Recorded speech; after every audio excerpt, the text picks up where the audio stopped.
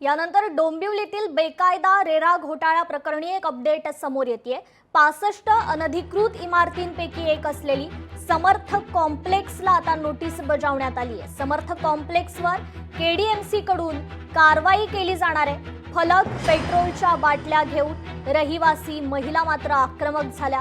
कारवाई केल्यास जाळून घेण्याचा इशारा या ठिकाणी देण्यात आलाय। आज सकाळी 11 वाजता डोंबिवलीतील अहिरे गावात असलेल्या इमारतीवर पोलीस बंदोबस्तात पालिका कारवाई करणार होती। हायकोर्टाच्या आदेशानुसार समर्थ कॉम्प्लेक्स नावाची 7 मजली इमारत जमीनदोस्त होणार आहे। तर कारवाईच्या वेळा कायदा सुव्यवस्थेसाठी रामनगर पोलिसांचा तगडा बंदोबस्त राहणार आहे। दरम्यान रक्ताचं पाणी करून घर घेतलंय, सगळे टॅक्स भरतोय, मग कारवाई का, असा टाहो मात्र तेथील रहिवाशांनी फोडला।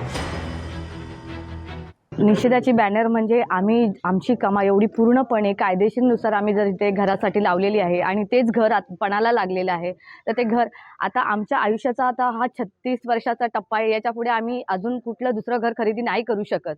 हेच घर आमच्यासाठी आम्हाला वाचवायचं आहे आणि आम्हाला न्याय मिळाला पाहिजे, एवढीच आमची प्रतिक्रिया आहे ह्याच्यावर। अगर याच्यामध्ये आम्हाला न्याय नाही मिळाला तर आम्ही हे ऑप्शनमध्ये आमच्याकडे दुसरा काहीही पर्याय नाही की आम्ही हेच ओतून आम्ही इथे जीवपणाला लावणार आहोत। हे घर वाचवण्यासाठी आम्हाला काहीही करावं लागेल, कोणताही थळावर जावं लागेल, ते आता आम्ही करायला तयार आहे।